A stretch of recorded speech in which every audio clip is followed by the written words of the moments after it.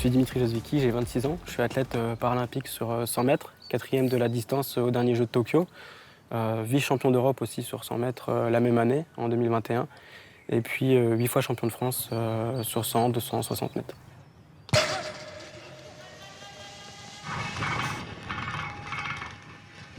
Le bras, celui-là derrière, faut que je le le lance bras derrière. droit, il va falloir qu'il aille plus dans l'axe derrière plutôt que sur le côté. Tu vois.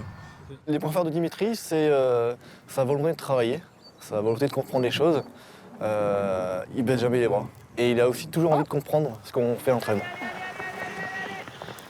J'ai une tétraparésie, donc une paralysie partielle des 4 membres. Je vais être fatigué musculairement plus vite, je vais avoir des soucis de coordination. Et tout ça mis bout à bout, forcément, pour faire 100 mètres, c'est un peu embêtant. Je le ferai probablement jamais aussi vite qu'Usain Bolt, mais je pense que c'est le cas de la plupart des gens qui nous regardent. Donc c'est pas grave.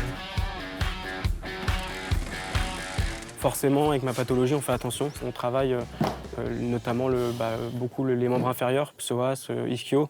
On renforce énormément pour éviter les blessures et surtout habituer ces muscles-là à être forts, puissants sur 10-20 secondes quand on fait le 200 mètres. 1, 2, 3, 4, 5, 6. Tout ce que je fais là, c'est un plaisir et à la fois une contrainte indispensable à la performance. Il y a beaucoup d'athlètes qui n'aiment pas la muscu. Moi, personnellement, j'aime bien parce que c'est une des seules séances où on sort et on peut voir à peu près un résultat direct. Parce que quand tu sors, t'es un petit peu gonflé, tout ça, c'est bien, ça fait du bien à l'ego. Je suis ergothérapeute, moi, à côté de mon activité de sportif de haut niveau. Je travaille à raison de 2 jours par semaine en principe. Voilà. Après, ça peut être modulable en fonction des périodes d'entraînement et de compétition. L'ergothérapie, c'est une médecine de réadaptation. L'idée, ça va être d'agir sur les capacités de la personne, son environnement et ses activités pour lui redonner un maximum d'autonomie. Et on a dit que c'était le combien ? 201. 201, commande oculaire. Donc, dans le cadre des soucis de motricité que j'ai eu à être patient pendant 10 ans en ergothérapie. Et je sais que je veux faire ce métier-là, moi, depuis la 5e, ce qui est quand même assez rare. Surtout ergothérapeute, souvent les gens ne connaissent pas. C'est ma première passion. Si, mais pas avec cette tablette-là, non, je crois. Dimitri, moi, je l'ai avant tout recruté parce qu'il est ergothérapeute et que j'avais besoin de sa technicité en tant qu'ergothérapeute. Mais on est dans un service ici un peu particulier dans l'association, qui est un service de support, de conseil, de formation. Et le fait qu'il soit sportif de haut niveau fait qu'il a, on va dire, l'habitude de s'adresser à du public, à des groupes. Il intervient régulièrement en entreprise par ailleurs pour témoigner de son expérience de sportif de haut niveau. Cette expérience fait qu'on l'a choisi aussi pour ça. Voilà. Attends, j'ai mis quoi là? Ouais, t'as pas vu? Non, j'en ai mis une, frérot, tu fais quoi? C'est à moi là? Non. Dimitri, c'est quelqu'un de marrant, on s'amuse bien avec lui, il veut tout le temps gagner. Tout le temps, on est en compétition un peu à deux, avec tout le monde en soi. Par exemple, là, typiquement sur le billard, il voulait gagner, il m'a battu forcément. Quand on joue un petit jeu vidéo sur notre téléphone ou quoi, il se la donne comme pas possible.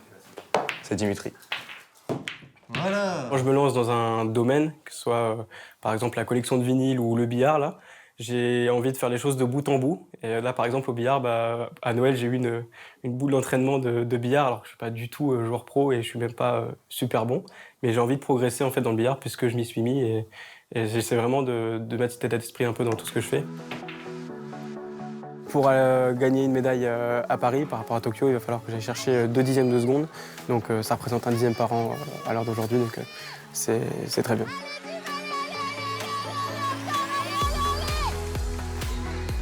Dimitri, c'est quelqu'un de très inspirant, c'est quelqu'un qui est toujours là pour nous, pour soutenir le groupe, très sur terre et il est toujours là pour nous motiver dans les meilleurs comme dans les pires moments de l'entraînement. Ouais. Tokyo 2021, pour moi, c'était un rêve. J'en garde un souvenir merveilleux parce que je fais 4e. Sur le coup, c'est vrai que le compétiteur est forcément déçu parce que c'est une médaille qui te passe sous le nez, mais en même temps, je suis à ma place. Et aujourd'hui, forcément, à Paris, l'objectif, c'est de me construire sur cette belle 4e place pour faire mieux à Paris. À la base, j'avais pas forcément prévu de me faire tatouer, mais là, le voilà. Donc ça représente un couloir d'athlète, qui symbolise bien évidemment mon amour pour ce sport-là. Le rectangle, la ligne droite du 100 mètres, ça veut dire 4e. J'ai un 2e biceps pour 1er ici à Paris, au cas où. Ça fait partie de moi maintenant.